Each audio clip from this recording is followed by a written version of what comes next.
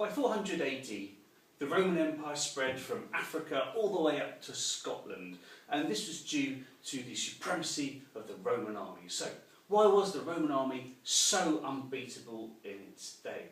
Well, first of all, when the Roman Empire spread, they were able to get taxes from the people that they'd conquered.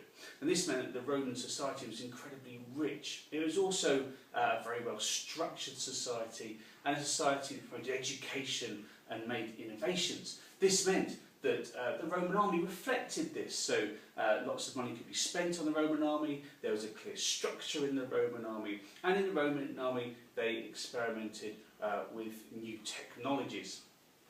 The structure of the Roman army was very clear. You had tents of small groups of about 8 to 10 men. These were combined together to make a century of about 80 men, and then about 6 or 7 centuries were put together to make a legion, which was ordered about by the legate. The Roman soldier himself was a terrifying fighting unit. He had his huge shield, his scutum, which covered his whole body as a great means of defence. Also, they could train and put these together to form a testudo or a tortoise to protect against enemy attacks, and also practice other formations like wedges, which are incredibly effective at the Battle of Watling Street.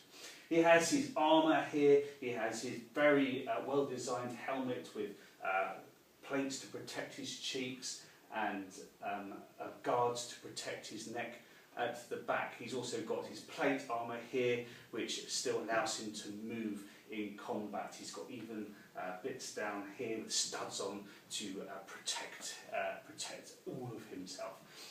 His weaponry is formidable. He has his pilum here, his throwing spear. Each legionnaire is usually equipped with 2, which when he throws, there's a small piece of lead here, which means that on impact, the tip bends that round, so when the opponent tries to pull the pilum out, it pulls out their intestines too.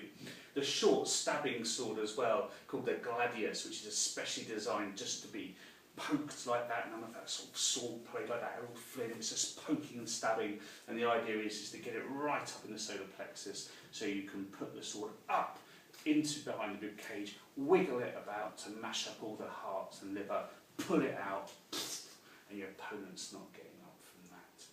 Also, of course, the sandals with studs on so it can march along those Roman roads and get to where they're needed quickly. So, for all these reasons combined, the Romans were a formidable fighting force and practically undefeatable. But look who they were fighting against.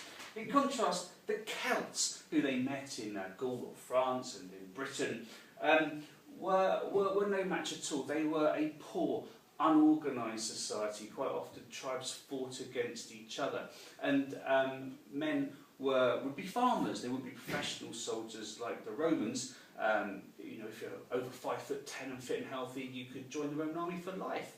But the Celts, they had to farm. You did have a small group of quite wealthy Celts who might have trained to be the warrior band of that tribe, but these were very few.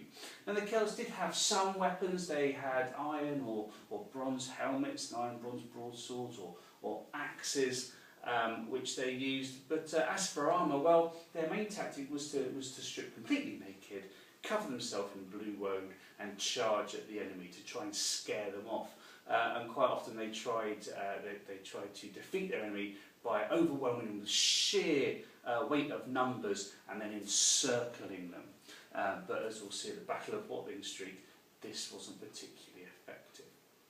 So the Roman army was unbeatable because of the weapons they had, the armour they had, the training they had, the structure of the Roman army, the training they did, but also their enemies were very poor, they had no armour whatsoever, and they weren't disciplined and organised like the Romans.